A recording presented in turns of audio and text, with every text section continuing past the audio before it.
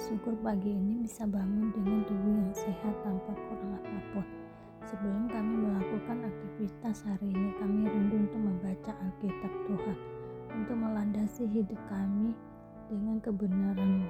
Oleh sebab itu kami semakin hari semakin berkenan di hadapan. Urapilah setiap kami Tuhan, di dalam nama Tuhan Yesus. Haleluya, amin. Mari kita membaca Ayub 28. Manusia tidak dapat menemukan hikmat. Memang ada tempat orang menambang perak dan tempat orang melimang emas. Besi digali dari dalam tanah dan dari batu dilelehkan tembaga. Orang menyudahi kegelapan dan batu diselidikinya sampai sedalam-dalamnya, di dalam kekelaman dan kelam pekat. Orang menggali tambang jauh dari tempat kediaman manusia. Mereka dilupakan oleh orang-orang yang berjalan di atas mereka, melayang-layang jauh dari manusia. Tanah yang menghasilkan pangan di bawahnya dibongkar bangkir seperti oleh api.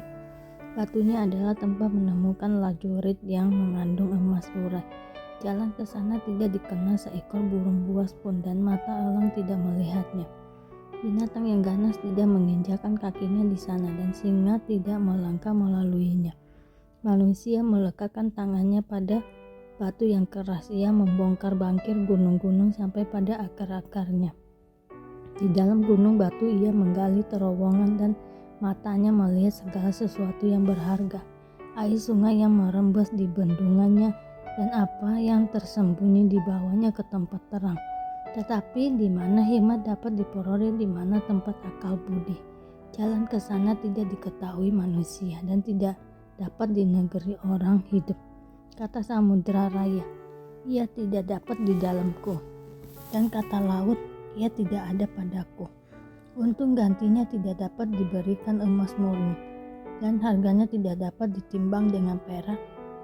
Ia tidak dapat dinilai dengan emas Ofir ataupun dengan permata krisopras yang mahal, atau dengan permata lajurit. Tidak dapat diimbangi oleh emas atau kaca, ataupun ditukar dengan permata dari emas tua.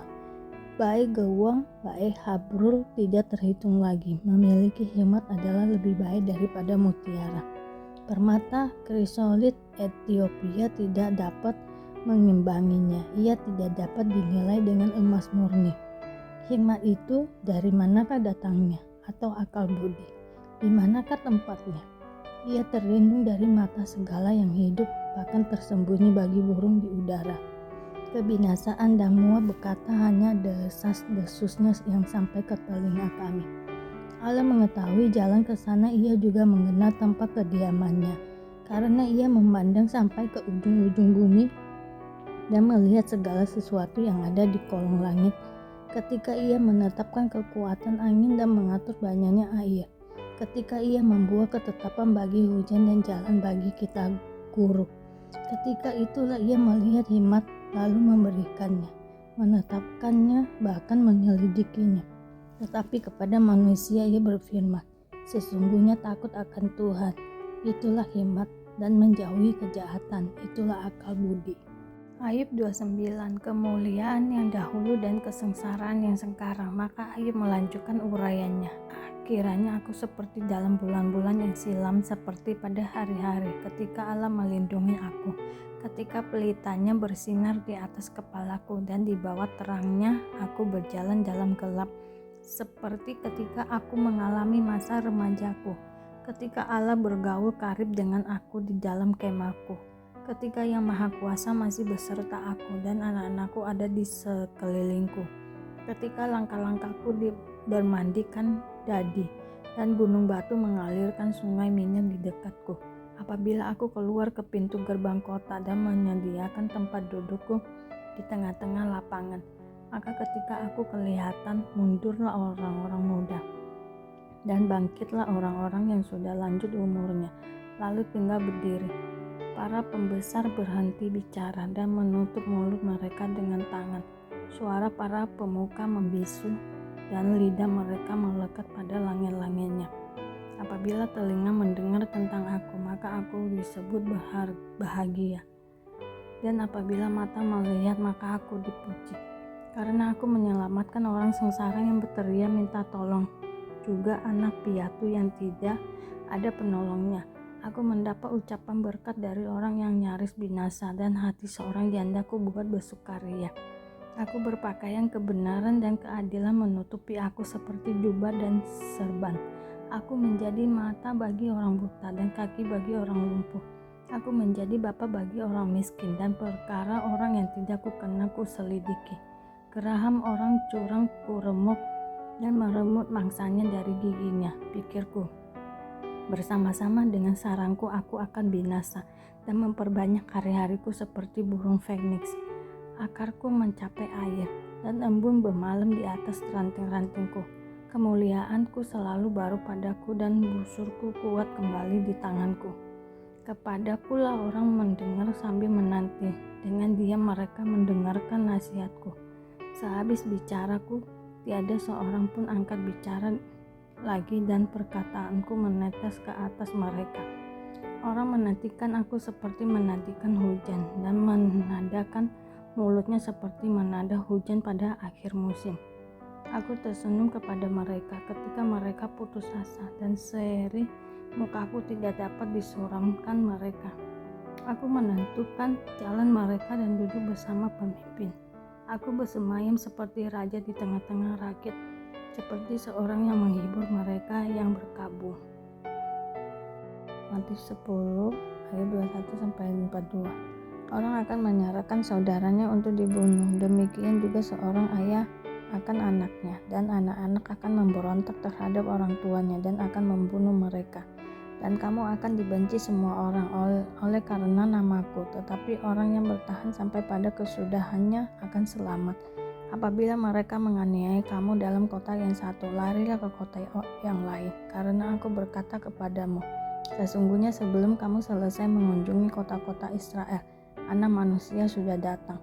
Seorang murid tidak lebih daripada gurunya, atau seorang hamba daripada tuannya. Cukuplah bagi seorang murid jika ia menjadi sama seperti gurunya, dan bagi seorang hamba jika ia menjadi sama seperti tuannya.